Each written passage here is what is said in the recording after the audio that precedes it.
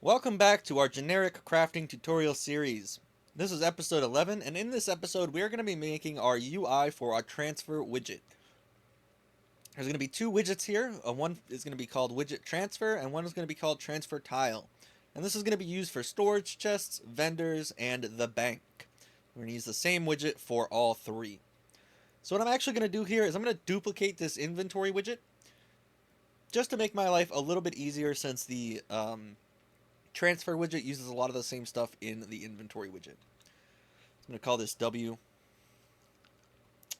transfer.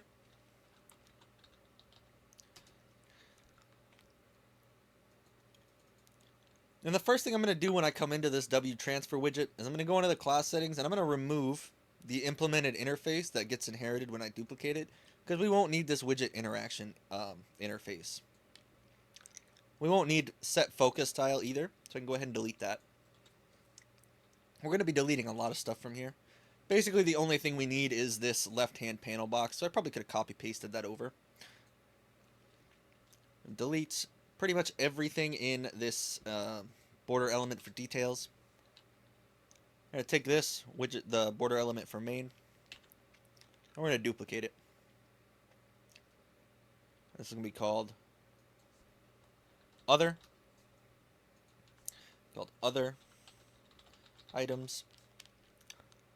And this main one is going to be for player, so you could rename it player if you wanted, or player items.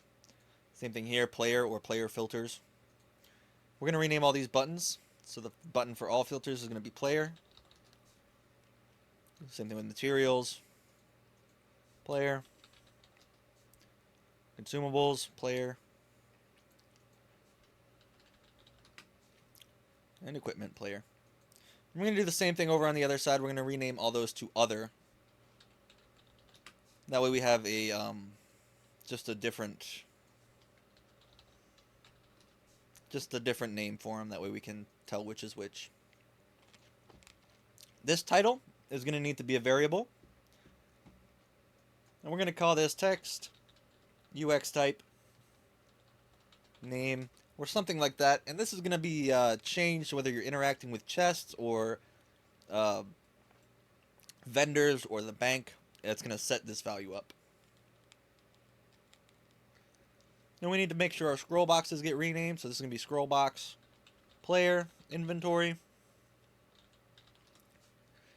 And this one here is going to be scroll box, other inventory. And I'm going to go ahead and add a spacer right in between those, give it a little bit of space. Whoops, wrong one. Totally up to you if you want to do that or not.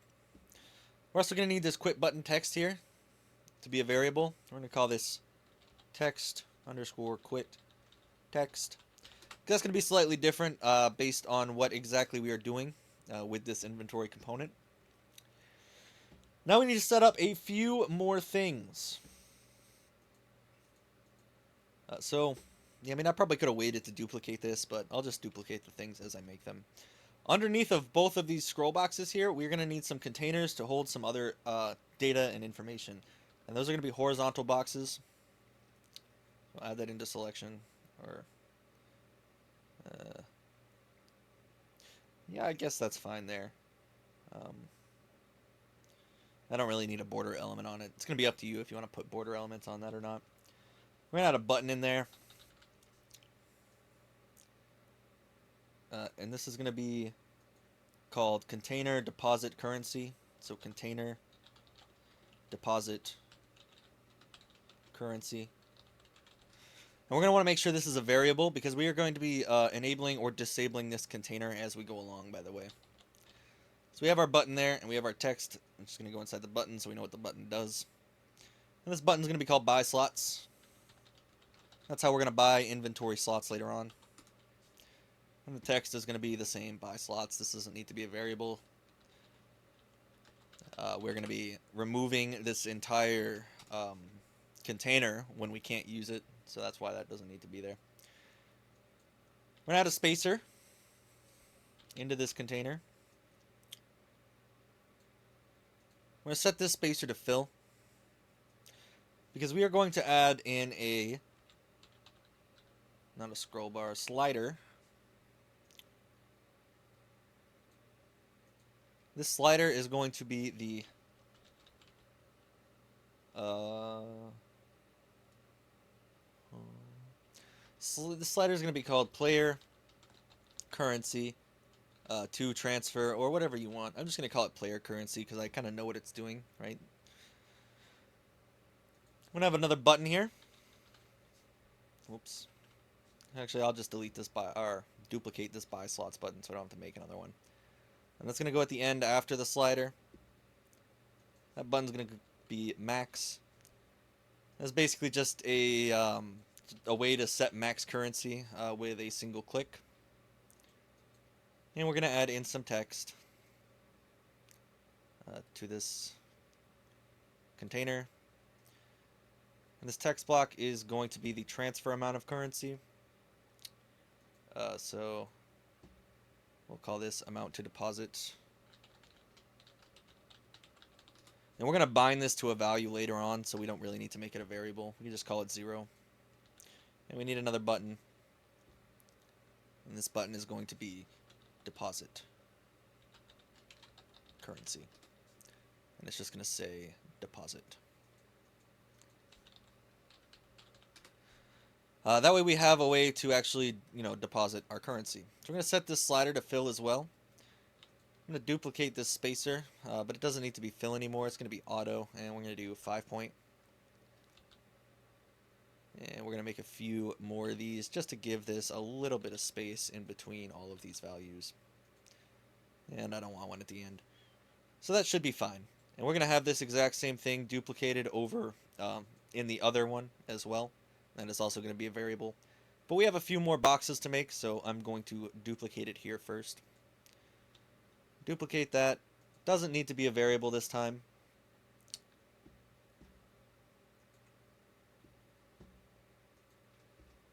And this is just going to be our container details or data or whatever you want. We're just going to say player info. Yeah, whatever's fine. It doesn't really even need to have a name. Our buy slots button is going to get deleted. Our slider is going to get deleted. The max button is going to get deleted. The currency is going to get deleted. Basically all these spacers. We just need to add a text block in there. This text block is going to go all the way to the left. And we are going to bind this to the player currency. And if you want a little bit of formatting here, it depends on how you decide to do it. Since I'm just going to bind it to a number value, I'm just going to put this one here that says currency. That way I can just bind this straight to a number. And our deposit button is not going to be deposit anymore. It's going to be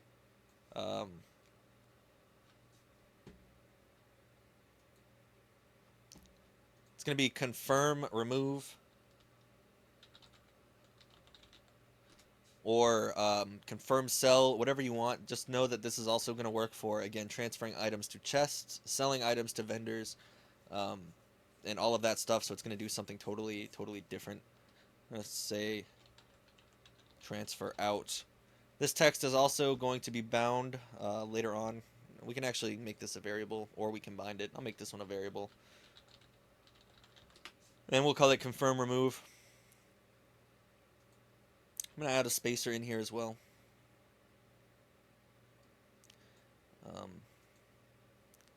Just in between these two containers.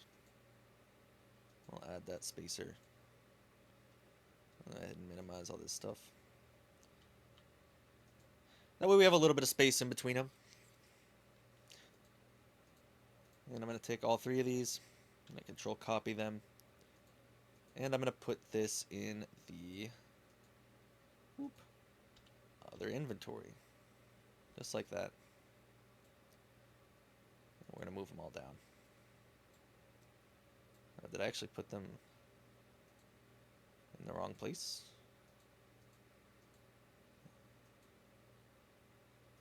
I did. I put them inside of the scroll box. Whoops. We don't want them inside the scroll box. We want them inside of the other items here. And duplicate that. So we're also going to need this container. This is going to be withdraw currency. And we're going to call this by bank slots, just so we have a little bit of difference between that and the players. Max bank withdraw. We're going to call this withdraw currency. I want to make it say withdraw. And we're going to change this name to amount to withdraw. And we're going to change our slider to other currency. Or bank currency if you want. This is only going to appear when we are in the bank widget. So it's not going to appear on any other widget but bank. We also need another thing to happen inside of the bank widget. So we need another conditional box here. I'm actually going to duplicate this one. And we're going to put it underneath that spacer. We're going to duplicate that spacer as well. I'm going to call this one container. Pickup overflow, or just overflow is fine. That's also going to be a variable. We don't need the text in here. All we need is this button. And this button's going to be called pickup overflow. And that's with that inventory component. Let's call that overflow. It doesn't need to be a variable. Pickup overflow. If you have overflow enabled and you wanted to do that where occasionally, right, the player may walk over an item and need to pick it up later from the bank, that is where our overflow is going to be, is in this transfer widget, and we are going to set both of these containers to conditional if it is the bank, right? And if it is not the bank, we're not going to show either of these containers. So this container down here at the bottom is other info, and it's going to do basically the same thing as the players, so we're going to say other currency. This is going to be the one that we actually bind to the other currencies. This is going to be other currency. And confirm add. With this text being confirm add. Or confirm acquire would probably be a better word here. Whatever you want to call it. Just know that this is the transfer in. And that's all we need to set up here in our UI. It's going to be, again, up to you whether or not you want to set up your UI like this. There are tons and tons and tons of ways that you can set up the UI for in a transfer widget or an inventory component. We'll rename that way we have something there. But this is how I decided to do mine, so hopefully you kind of know what you want to do here. Just know that this left-hand panel is the player's items, and this right-hand panel is the other items. Okay? Let's make sure I renamed everything. I think I did. Yeah, looks good. Looks good. So now we don't have a discard button. I'm going to delete that. We do still have a quit button. We don't need refresh equipment. We don't need, well, we're going to keep filter states. We're going to keep reset widget as well. We don't need clear focus. I think that's all that's left in here. So the transfer widget is going to be a little bit more complicated than the other ones. Like I said, we have two different things here. So our reset widget is going to be called setup transfer widget. And instead of just having the player, this is also going to need the other actor. So we're going to add another actor input. We're going to call this other actor. So we have the type actor.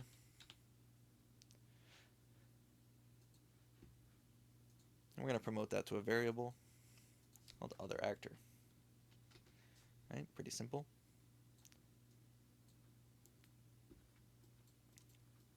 And then we are going to run a sequence. So I'm just going to remove all this stuff. We are going to need these values later, but we're going to run a whole sequence of what to do here. Delete that comment as well. So I have four things I need to do. The first thing we need to do is set up all of the core values. So this is going to take player and other actor. So other actor. And I guess I should probably... Oh, Jesus. Let's first make sure that we sort all of our stuff here. I guess we ended up unsorting some stuff when we added those buttons in, since we didn't put them in their categories when we duplicated them. Okay, so hopefully you got all your stuff nice and organized there. I'm actually going to delete this focus tile as well. Craft button text for now can get deleted. But the rest of this stuff I'm going to need. So like I was saying, we're going to get our other actor and we're going to get our player. And we need to get all of the possible information we can get to transfer items. So even if we got player inventory, this would not quite be enough to say with the other actor for all the values we want to set up. So with the player, we're going to get player inventory. But with the other actor, we want to get the transfer type and we want to get the transfer title out of the other actor. So we need to come in and take this, take the iPlayer inventory, and we're going to duplicate it.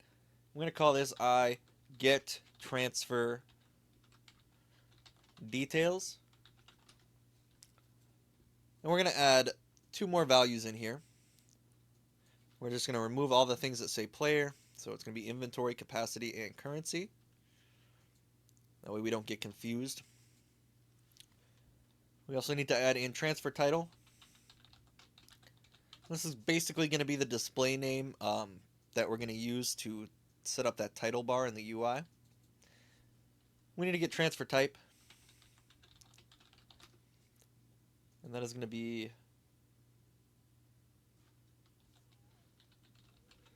an enum that we have to make here. So let's go ahead and make our enumerator. This enumerator is pretty much only going to be used inside of this UI. I call it E transfer type.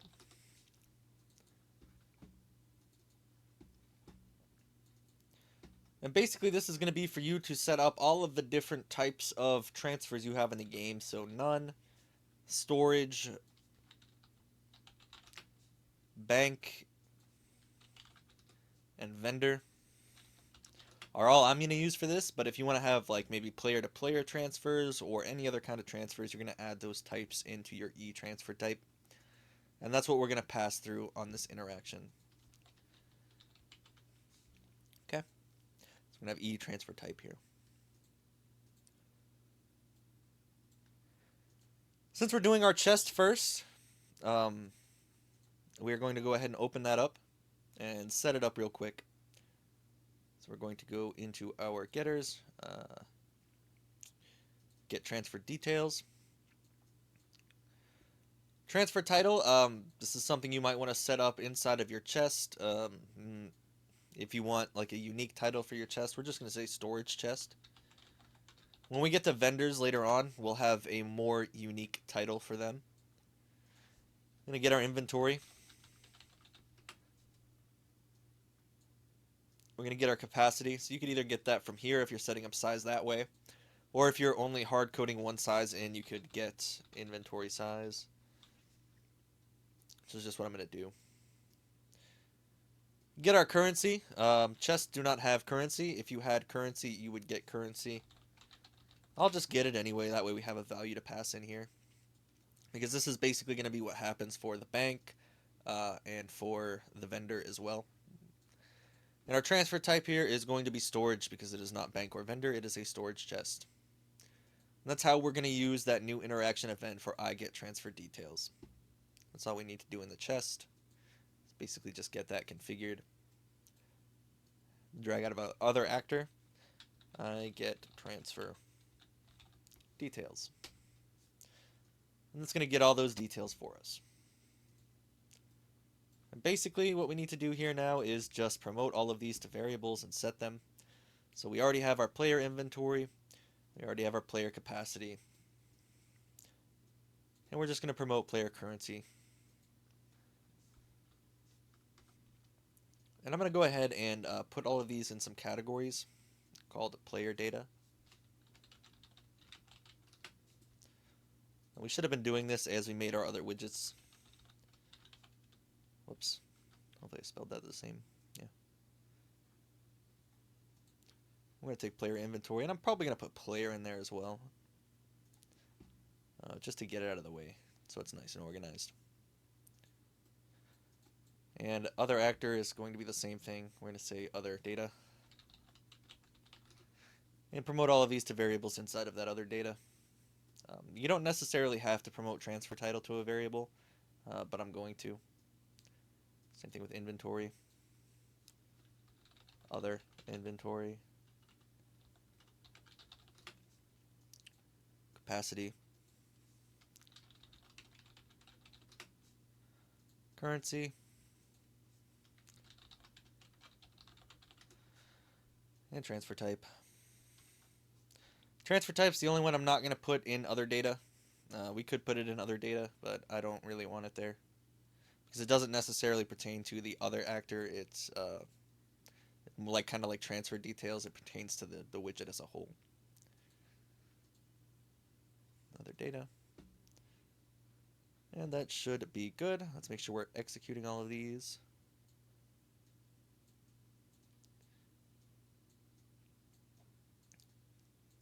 Kind of weird that I did other currency here. Let's do that first. That way we have that. Okay. And we're going to do that after the player. I'm going to run that through the then one is going to go straight into the player. And I'm going to go ahead and collapse these. That way it's not here and big. Because like I said, we're going to be doing a lot of stuff off of this sequence. So we're just going to collapse those. And call this setup core values. Because now we're going to be using all those core values to do a bunch of different stuff. The first thing we're going to do is set this to bind to that transfer title. So it doesn't need to be a variable if you don't want it to be. Or if you want to set text and do it that way, you can. I'm just going to bind it here. Okay, and now off of our then one, we're going to set up our UI for variable details. So this is going to be another one of those where we do a bunch of stuff. So the first thing we're going to do is branch. We're going to get our transfer type. And we're going to see if our transfer type is equal to bank. Like I mentioned before, we're going to hide those containers if this is not bank. And if this is bank, we also need to get our overflow. So we need to get valid save game. And we need to get our overflow out of here. And go ahead and promote that to a variable. We'll call that overflow. We're only going to have this overflow if it is a bank. Okay? And if it is not a bank, we don't need to do this. And that's why we're doing it off of a branch, where everything else is going to be a select. So we're going to get our containers. I put those in a containers category. So we have our overflow container, deposit currency container, and withdraw currency container. Because the bank is the only thing that allows us to do these. We're going to set the visibility off of the false, and when we're done with this. That way we are always setting the visibility. I'm going to select, and we're going to use this. If it is true, it'll be visible. If it is false, it will be hidden or collapsed, whatever you want to do. I'll just say collapsed. Collapsed, hidden, both should work just fine. Okay? That's the first thing we're going to do here. The second thing we're going to do is set our confirm and deny texts. So we have our transfer out, confirm remove, and our transfer in, confirm acquire. So that is text confirm acquire, text confirm remove, and our text quit. Yeah, don't ask me how I fumbled my words with that one. But we're going to set the text value for all of these based on whatever this transfer type is. So I'm going to duplicate transfer type over here. Let's say select or set text. I'm going to do this thrice. So uno, dos, tres. Text block for quit. Text block for confirm, remove. That. And we're going to come over here. We're going to say select. I'm going to plug that into text. And duplicate it 3 times.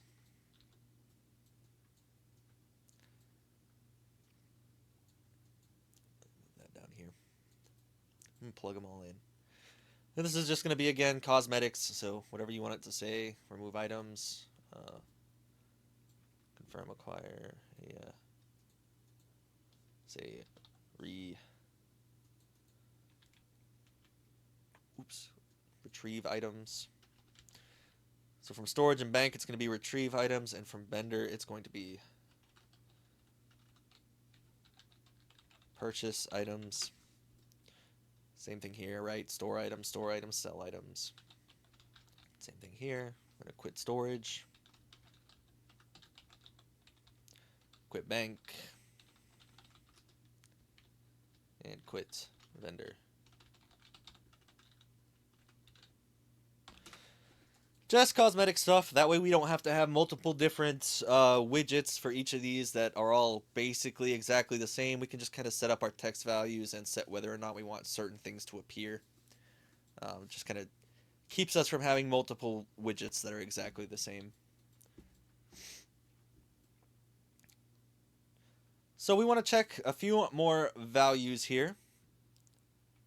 We want to get our button for overflow. If I can find it here. Button pickup overflow. And I want to set the visibility to whether or not we actually have overflow. So now that we've set our overflow, we're going to get that. I'm going to see if it is empty. Because there's no guarantee that we will have overflow. And we just want to select based on the status of the overflow. So if we have overflow, then this should be visible. If we do not have overflow, then it should just be hidden or collapsed, whatever you want. That way it's not there, or you could disable it if you want, but that way it's just not even there if we don't have anything in the inventory overflow. Now we need a custom function here, and this is going to be called set max slider values. And we're going to deal with this later on. Just know that's what we're going to need here. We're going to call that. That's going to set the max slider values to the current currency amounts that we just got out of there when we set everything up.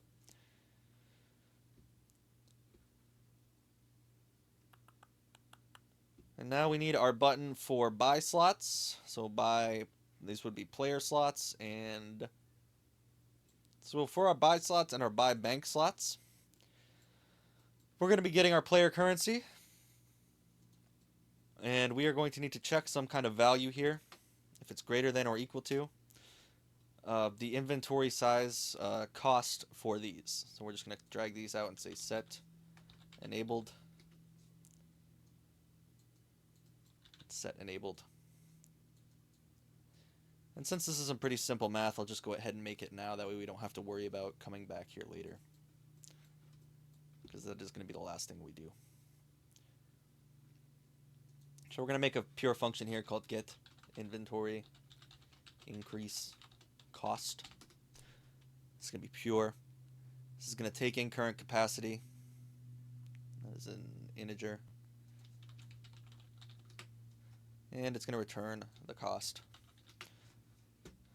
It's just going to be a little bit of math here.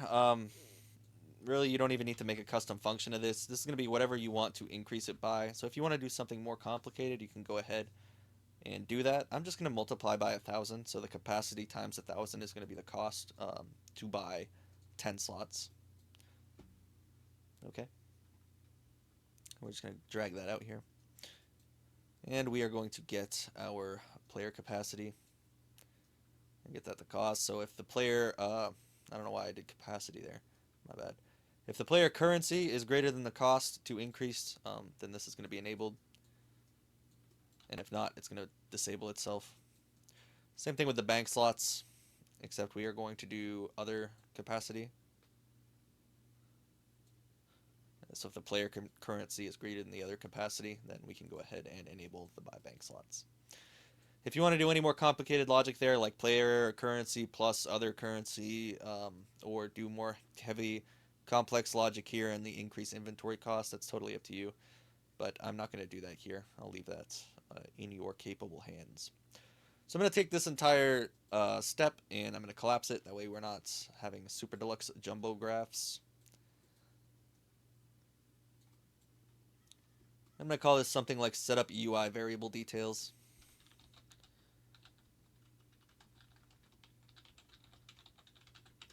Because we're basically just enabling and disabling things and setting text values based on which type of transfer widget this is.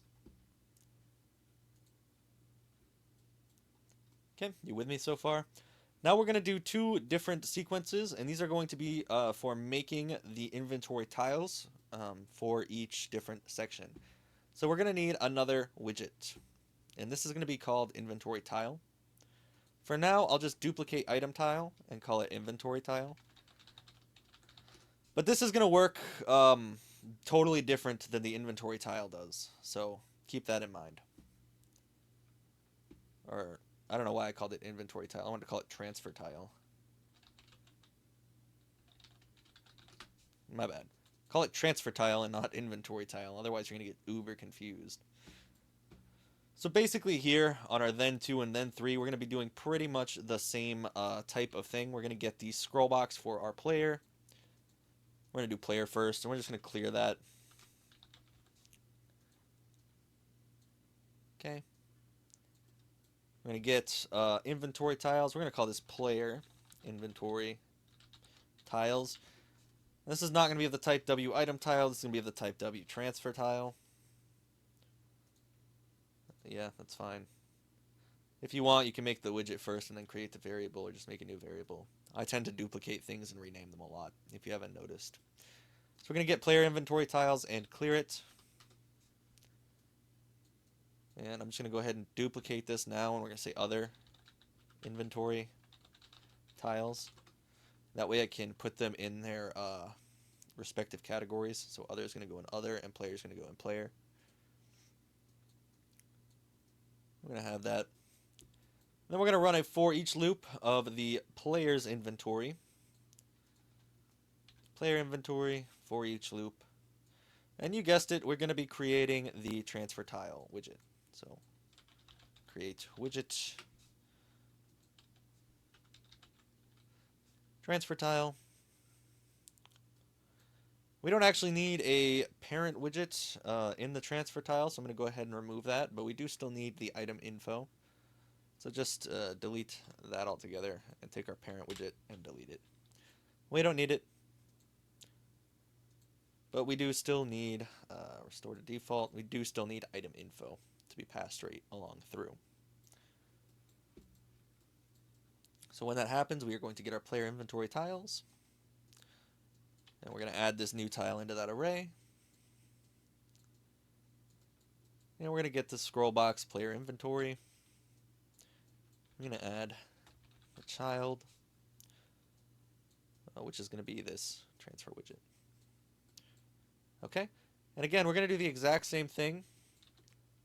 So I'm going to duplicate that in this last then sequence, and this is going to be for the other inventory tiles. So we're going to take our scroll box for our other inventory, replace scroll box, replace player inventory tiles with other, player inventory with other inventory. Set up the transfer widget is going to be just the same. Take other inventory tiles over player inventory tiles, and scroll box for other scroll box for other inventory over scroll box for player inventory. Okay, pretty simple there. Not too bad. I'm gonna go ahead and collapse each of these into their own little thing. That way, again, we're not having super deluxe jumbo graphs. This is gonna be set up other inventory. I definitely flubbed my fingers there. Tiles, and then set up player inventory tiles.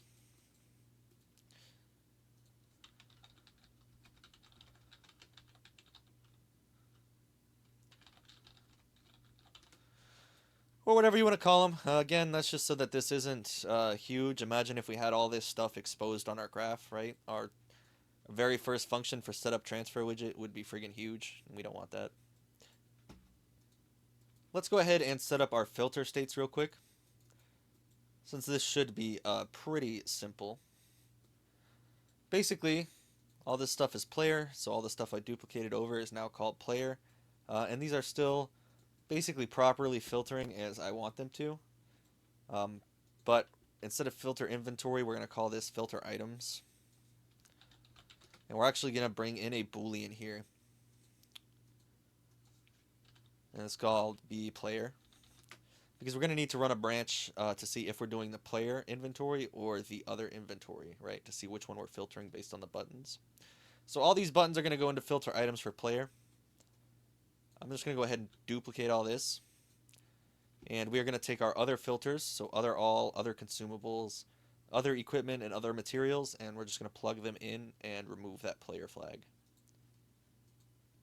Okay, Control X those. One of my filter states, and paste them in. Now, if you're extremely worried about it, why is it called new param? Excuse me.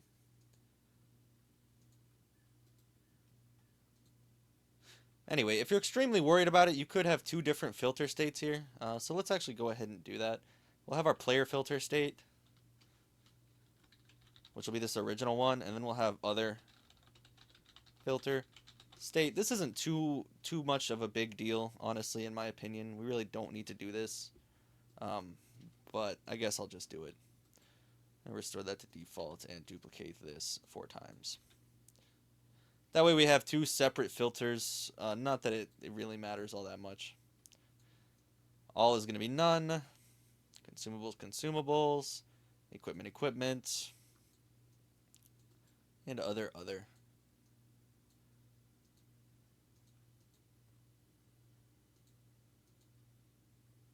Or I should say other is materials. My bad. Consumables, idiot. And plug them all in. And make sure we don't select player.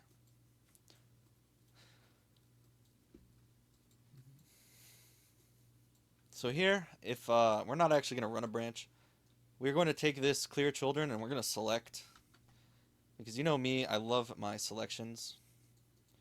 And if this is player, let's make some space here. If this is player, we're going to use player inventory for the scroll box that we clear, and if it is other, we're going to use other inventory for the scroll box that we clear. Okay. Clear the children.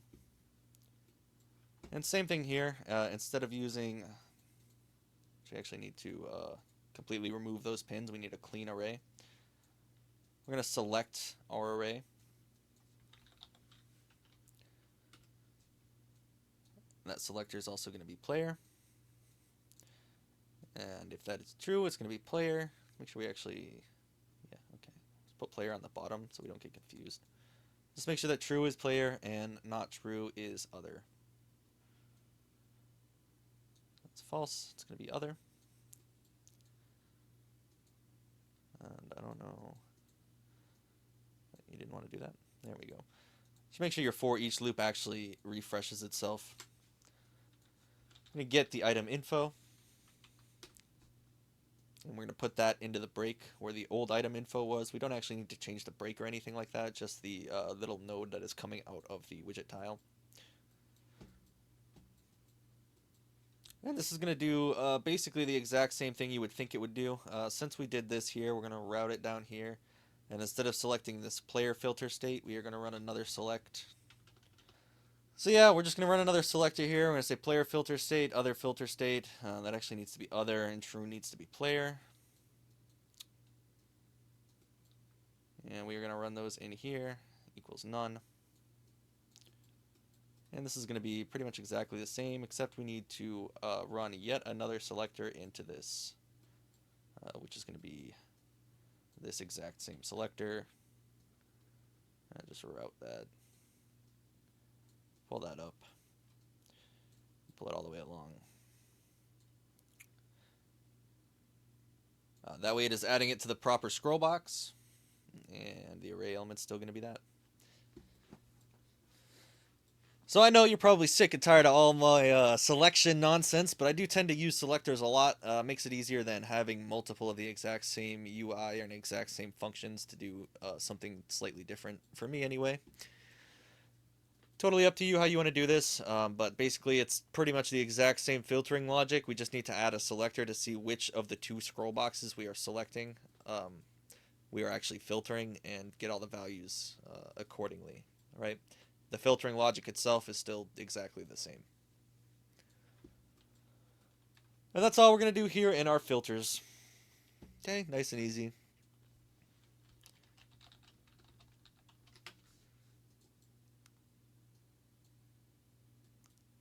And set up the UX.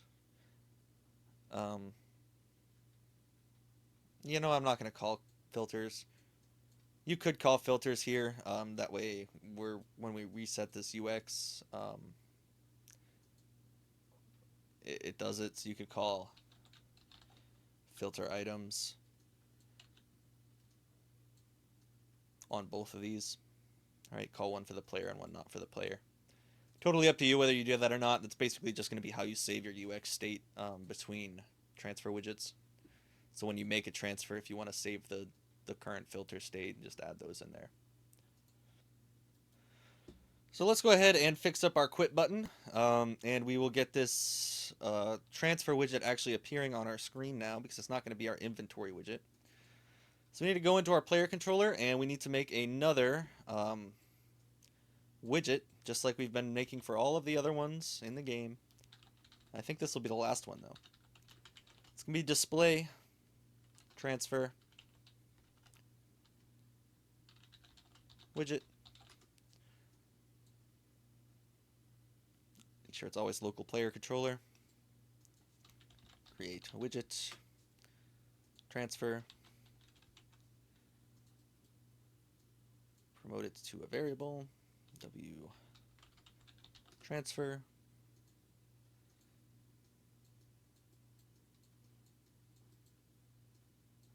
then we're going to take W transfer out here. We're going to set up the transfer widget. Again, this is probably second nature to you by now. This is the exact same thing we've done for every other widget. So we're going to come to our custom event here, pass in our player, and pass in our other actor. And then we're going to come down here, add it to the player screen, and set the UI mode.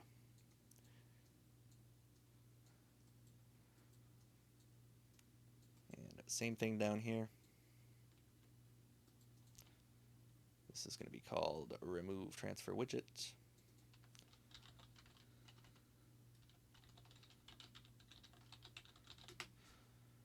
And we're going to replace inventory with transfer, and we're good to go.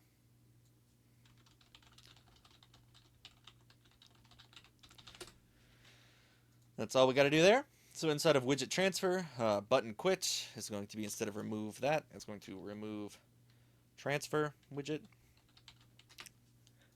And I'm not too worried about saving here. This will be quit the transfer widget, by the way. If you haven't been renaming your comments, make sure you rename them. But basically, this is going to remove the transfer widget from the screen now that we click quit. So we need a way to actually show that on the screen. So that is one last thing we're going to do inside of our storage chest. Remember when we made this, we didn't do anything on the interaction. We just called the player controller custom. Well, now we need to display our transfer widget. And that's going to take in the player and the other actor. So that's going to be player, and that's going to be self. Now, if you really wanted to, you could probably, instead of doing all these interaction events that we do to get all the data, you could send all the data in through this display transfer widget. But I didn't want to do that. And I don't want to do that because when we refresh this widget after we transfer items, we're just going to be calling display transfer widget from right here, and not closing it down and forcing you to recreate the entire thing. We're going to be calling it, not from here, I'm sorry. We're going to be calling it right from inside of the widget, just like we did with the inventory widget and with the crafting widget, where we called refresh from inside of whatever events we're using to remove items. Okay, let's work on our transfer item events, since we do have a little bit of time here. This is probably going to be the most complicated function, And there's going to be two of them. This is going to be on-clicked confirm transfer and on-clicked confirm acquire. Or confirm remove and confirm require. And these are going to be some gobbledygook, okay? And I'll let you know right now this is going to be some gobbledygook. So I will try to be as clear as possible. I'm going to put confirm there, and we're going to put acquire over here. And we're going to start with confirm acquire.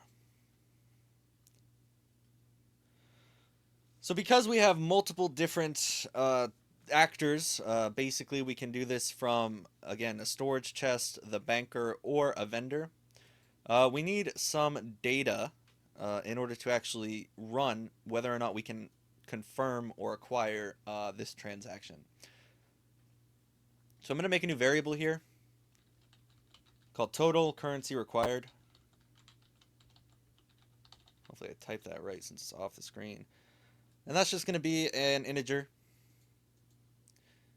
And we're going to make sure that when we click this button, we set that to 0 because we got to do some stuff with it. Okay, we got to do some math.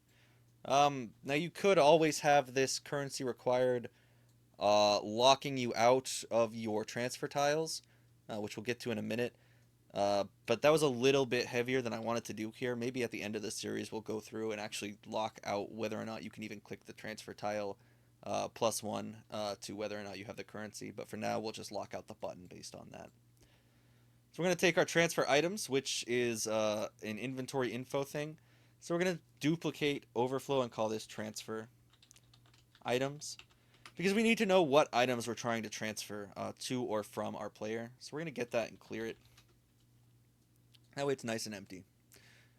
So now we're going to take our other inventory tiles, because remember, we are acquiring from the other actor, right? So we're taking inventory from the other actor and we're putting it on our player.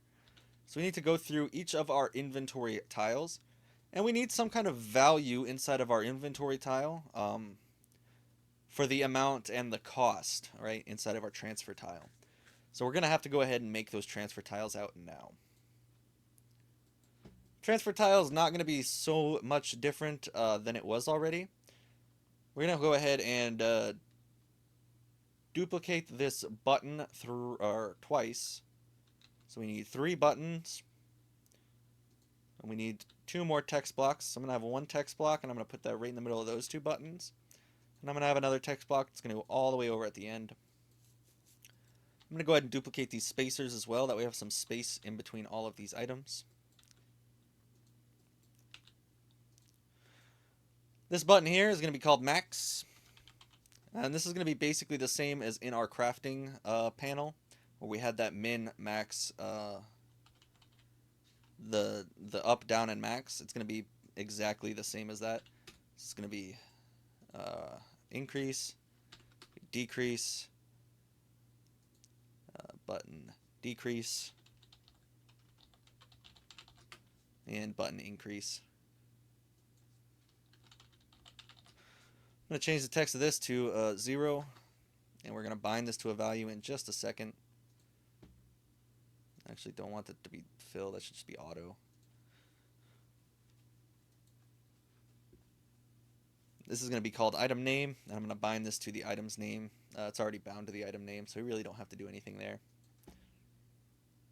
And this one over on the right is going to be cost, and we're going to bind this to the cost.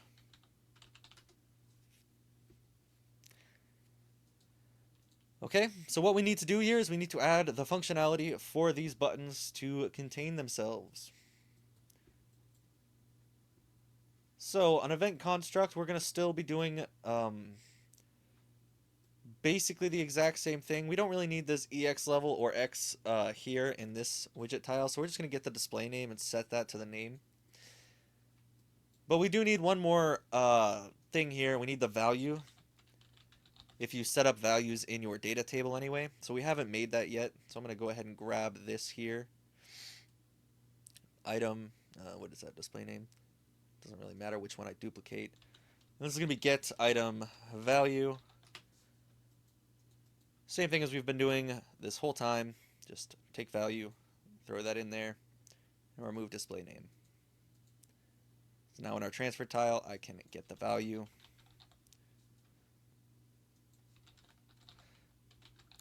Get item value and promote that to a variable called base value.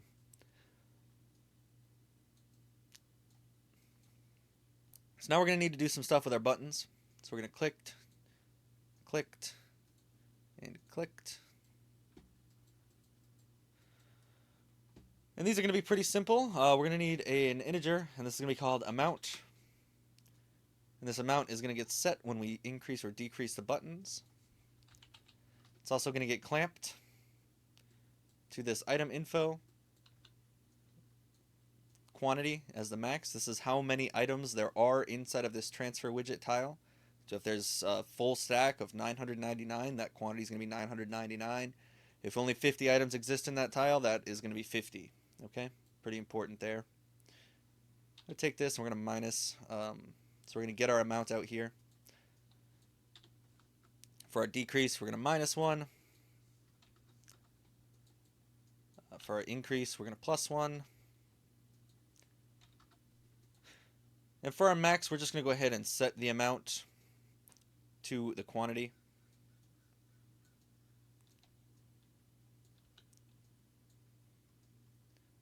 And increase the amount.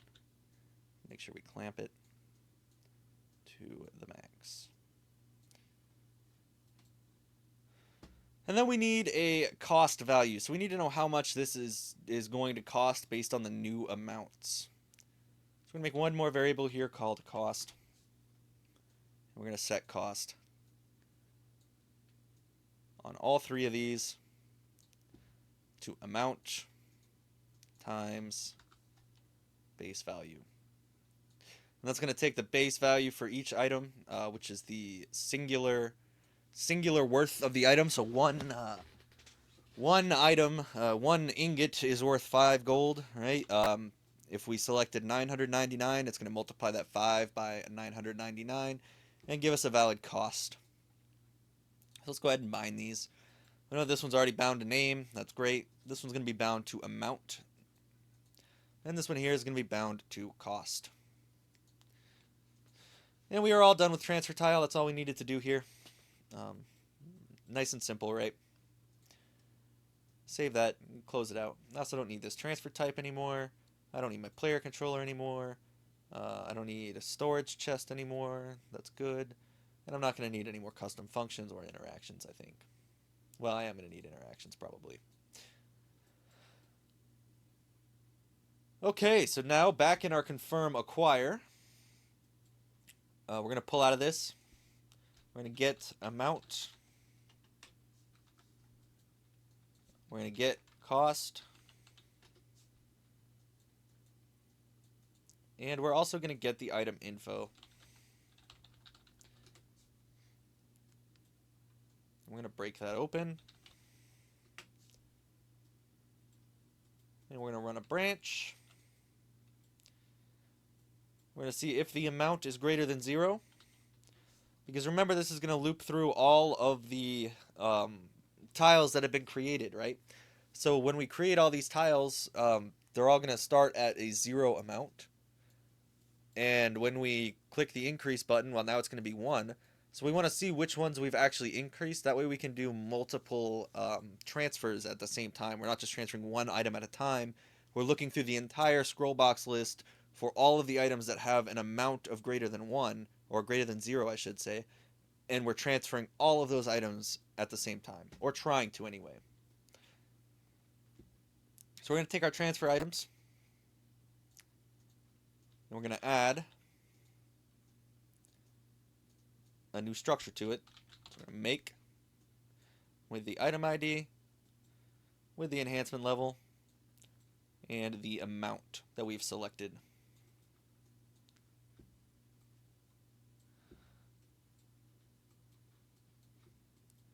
And now we need to set our total currency required that we reset at the beginning of this to cost plus total currency required. So for every item that we add to this this transfer items, this is the items we want to transfer out, we're going to have the cost associated being added in as well. Now we're only going to use this cost on the vendors, right? We're not going to use cost on bank or um, storage chests because we don't need to pay money to pick up our items from the bank or the storage chest, right? So this is only going to be used in the vendors. Otherwise, it'll just be the transfer items. So now that we have all that set up, we've properly gotten all of the items out of our scroll box. All of the ones that we selected that we want to transfer out of our scroll box. Well, we need to check and see if we actually can transfer all of those items into our player's inventory. And when we do the other one, when we remove them, we're going to have to do the same exact check, just the opposite. We're going to have to check and see if we can actually transfer them into the other actor's inventory. Okay, so the first thing we're going to need to do here is make some space. We're going to get these transfer items out, and we're going to make a function called get slots required. So yeah, I actually do need my BPFL here. I thought so. So we're going to go blueprints, not blueprints, whoops. We're going to go into our game, we're going to go into our BPFL custom, and I'm going to make another inventory type function. This is just going to be called get slots required. We probably could have used this somewhere else earlier on, but we're going to make it now. Basically what this is going to do is this is going to take in the array of inventory info. I'm going to call it items. It's going to loop through that array. It's going to break them open. We're going to get stack size. So get max stack size. And we are going to divide the max stack size by the quantity. But we need to do division, whole, and remainder here. So right click, division, whole, and remainder. Take stack size, put it in the dividend. No, sorry, take quantity and put quantity in the dividend. Take stack size and put stack size in the divisor. Because we want to know basically how many slots we're going to need to add all of these items into our inventory. So we're going to take this return value and we're going to add 1 if the remainder is not equal to 0. So we'll see that in just a second. We're going to select an integer, and A is going to be the return value. So if this is equal to 0, there is no remainder. That's good. We got a nice whole number out of there. We can return that. If we did not get a whole number, that means there is an excess, and we need that extra slot to be required here. So we're going to return a +1. We're going to make a local variable here. Local slots required. It's going to be the type integer. Going to get that, and we're going to add this new value to the local slots required. And we are going to set the local slots required. So this is a bit sloppy, and if this is not going to loop through and see if you already have the item in the inventory, if you wanted to, you could add the inventory here and loop through that and say, okay, well, we already have this much of this item in the inventory. We need this many slots. But I don't want to be here all day. This is already going to be an hour-and-a-half video, so we're just going to do this pretty simply and see exactly how many new slots we need to add all of these items to the inventory. And if you want to go in and refine it later, you're free to do that. But basically, for every single item that we pass through this array, it's going to check and see what the max stack size is and how many of that item we're trying to add. And it's going to get how many slots we need to add that item into the player's inventory or the object's inventory, whatever you want. And then we're just going to return the slots required at the very end of this loop. And I'm going to call that slots required.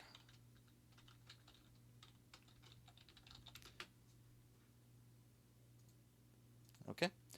So now inside of our transfer, we're going to get slots required. That way we know how many slots this transfer item is going to take up in whoever's inventory it's going to be going into. In this case, the player's. See if that's less than or equal to. We're going to get the transfer inventories length. And we're going to get the slots remaining. which is another thing we have to make here. Between that and the player capacity. And we don't want transfer items here. That's my bad. We want our player's inventory here. And then we're going to use other inventory when we transfer out of the player. So since we're acquiring items, we want to make sure that the player's inventory has enough space left. And get slots remaining. I could have swore we already made this. Yeah, BPFL slots remaining. We did already make it. This is going to take that last index and the capacity and get the available. So we're going to take our transfer items. We're going to get the slots required to transfer the items. And we're going to get our player's inventory and get the slots remaining to see if we have enough slots available to transfer this item in. And select if transfer type. Get our transfer type. If our transfer type equals vendor, then we also need to select whether or not we can, whether or not we have enough money to buy all of these items, because we're not just transferring them. So we're going to get our total currency required, and we're going to get our player currency. We're going to see if our player currency is greater than or equal to the currency required, and we're just going to return that for the true if this is a vendor.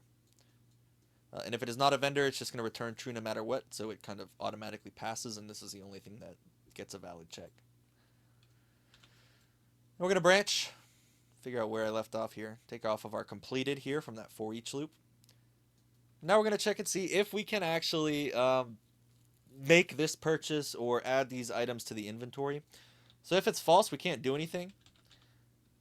We're going to add an event log, and we're going to say can't pick up items.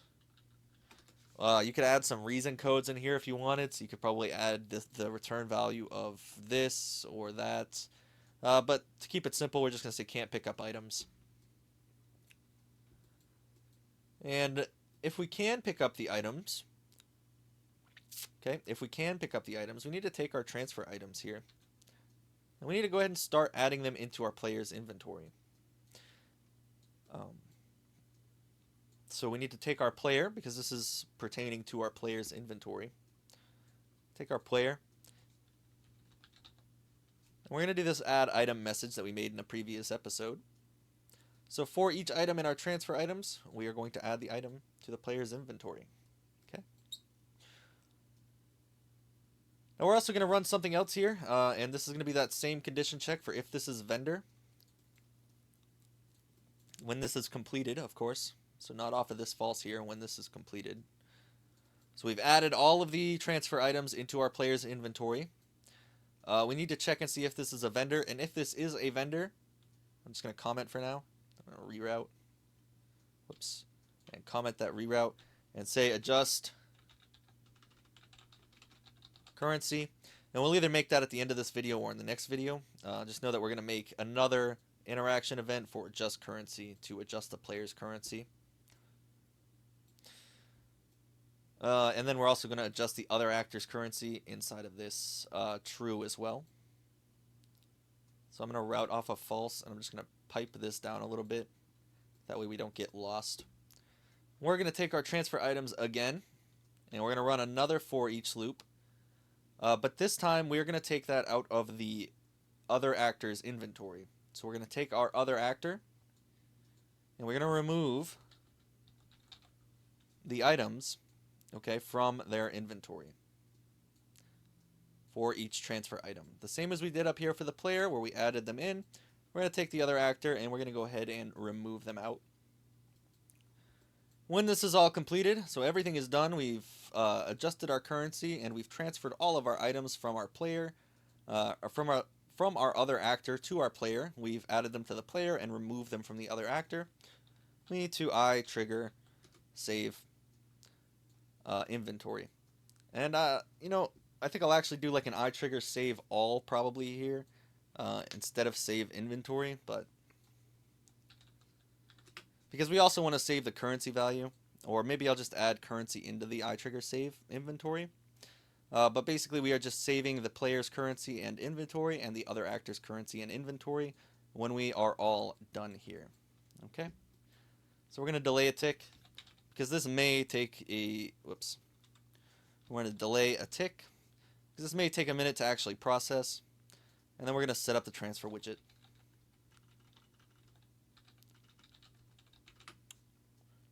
Okay? Passing the player and the other actor in. That way the widget resets itself, so now the player's inventory is going to be adjusted to compensate for all the changes that just got made, and so is the other actors. Let's go ahead and add this in here, since it's just one little thing. It's going to be adjust currency.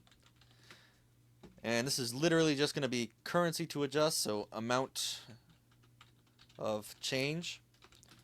And I'm going to use this for positive and negative changes. So back here in the transfer, when we add this item, we're going to adjust currency. Oh, whoops. I guess we don't want the output here. That's not even a getter, my bad. We want the amount of change to be an input. I'm going to Control X that, remove that, do that. My bad. And this is not going to be a getter, this is going to be in the inventory category. So we're going to call this adjust currency for the amount of change. I can delete that little comment now. If we are running on a vendor, we need to adjust our currency on our player. We also need to adjust our currency on our other actor to represent these changes that have been made. Move that up a little bit, actually.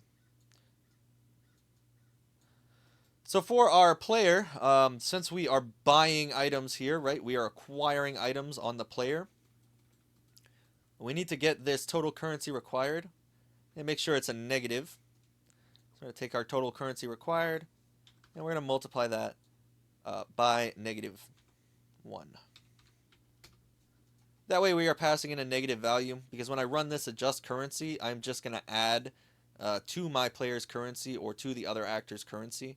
I'm not going to do one for addition, one for subtraction, because if you just add a negative number, it's going to subtract. Okay?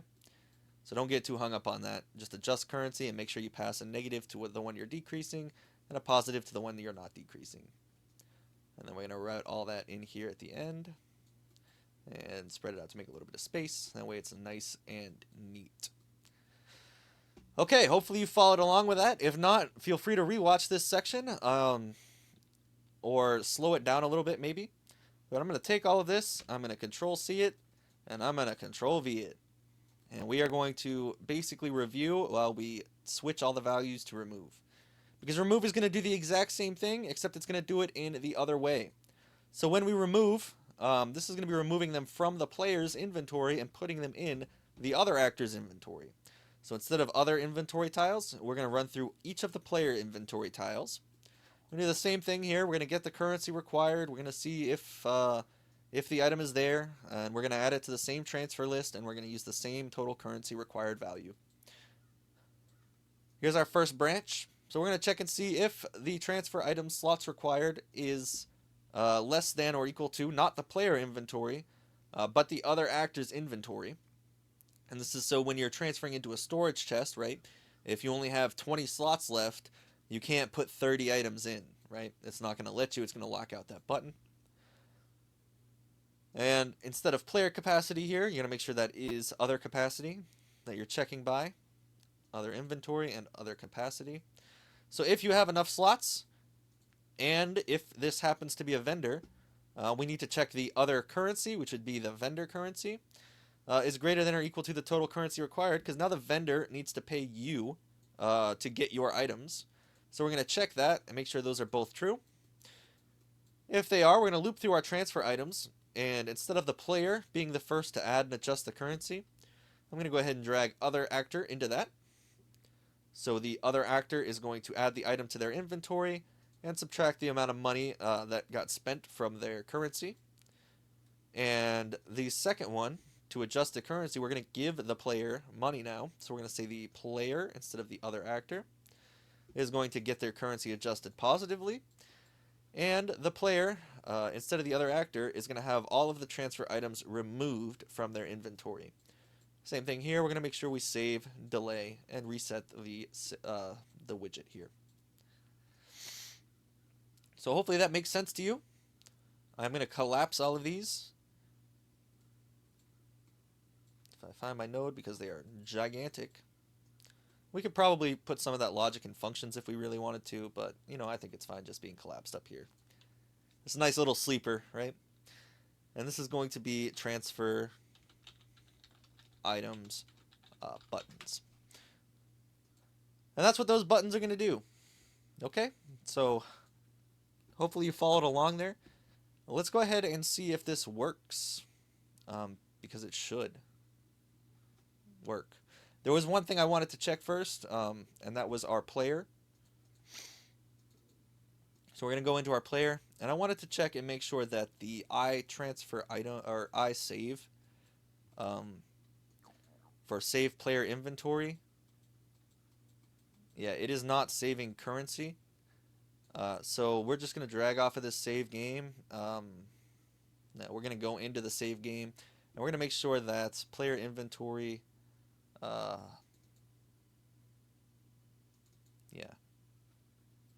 For set inventory, we're just going to go ahead and add the currency in there as well. So I'll add currency to this set inventory. That way we don't have to do a whole nother function or anything. We'll just make sure that we're passing in the currency. Because we're already passing in the currency when we load the game anyway. So we'll pass in currency here. And that should be good. Let's go ahead and make sure that we don't have references to this anywhere else.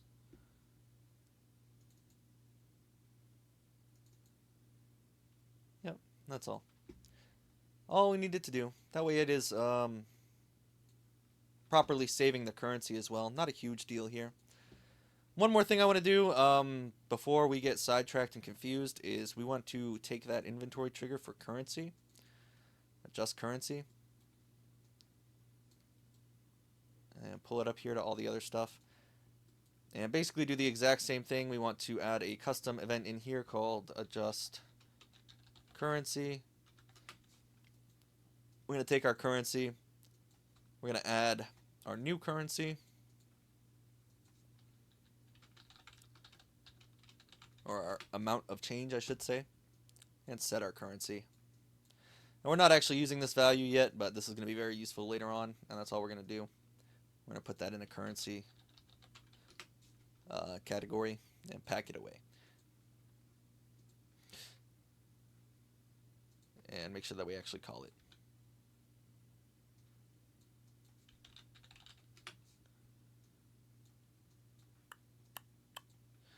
Okay, that's all we're going to do here. So now our transfer widget should be working. We should be able to transfer items in and out of the transfer widget as long as that transfer widget is not a vendor because we don't have money.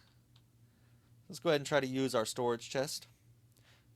Okay, and we can see our items that we have in here. We have some enhancement cores. We have our little button that's working.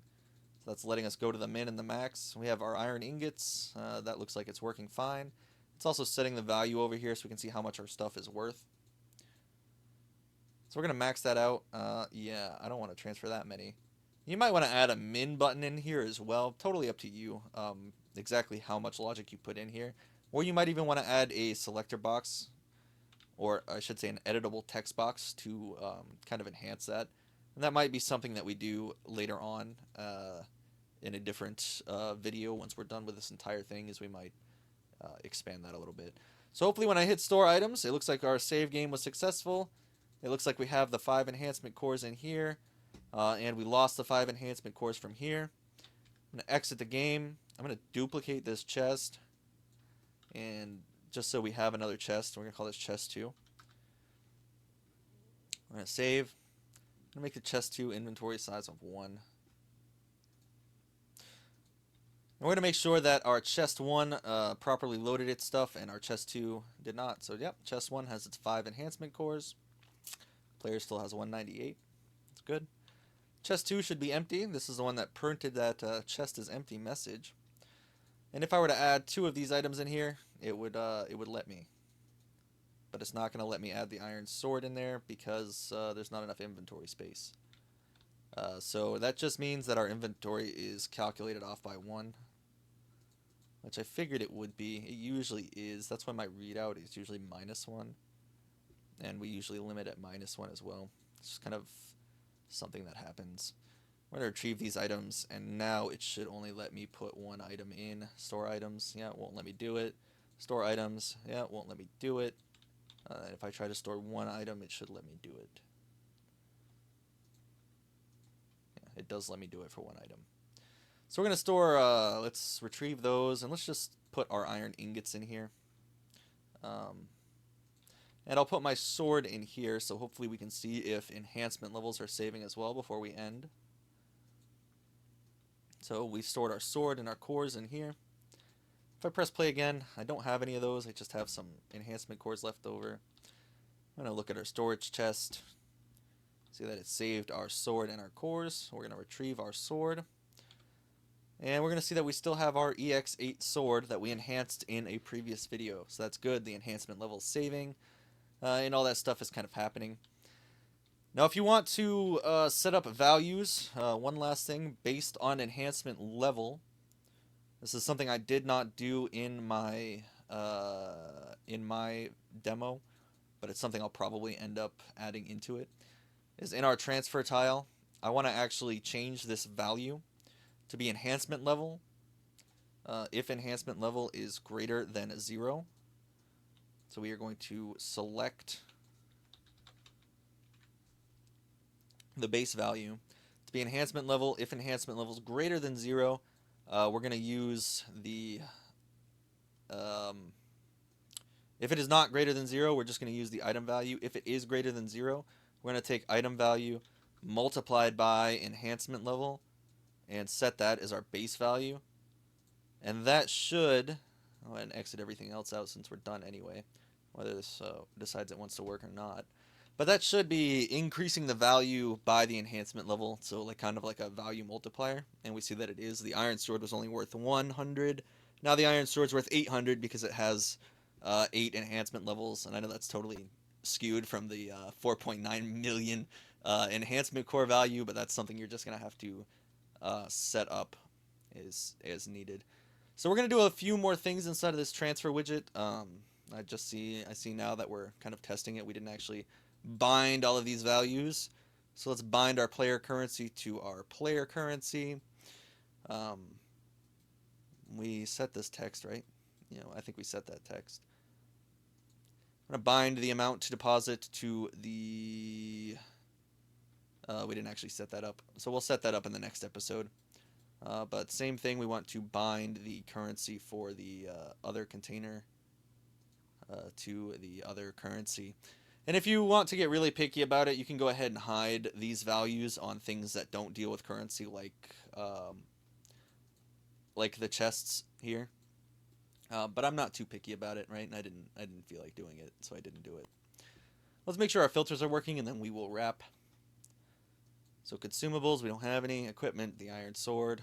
Materials is none because enhancement cores don't actually have a type value attached to them. They'll only show up with all.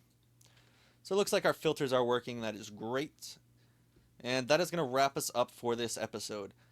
In the next episode, we are going to go ahead and probably make our vendors. Well, yeah.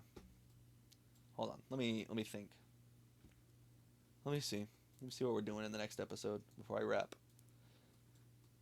So we did that. We need to withdraw currency, and we need to pick up the overflow, and buy inventory slots, and adjust bank transfer amounts. Okay. So that is it for this episode of our transfer widget creation. We did about half of what we need to do inside of this transfer widget. In the next episode, we're going to be making our banker NPC, and we're going to be adding in the bank transfer functionality that is going to be required to run this widget. So that's going to be all of these slider values, changing and updating, and our buy slots logic, and our pickup overflow logic from the banker. If you're enjoying the videos so far, I urge you to join our Patreon. For just $3 a month, you'll get access to all of the videos in this series as soon as I create them. Always available on Patreon, always free, and ready to go. You'll also get a copy of the example project so you can follow along step by step with a real visual guide in the project.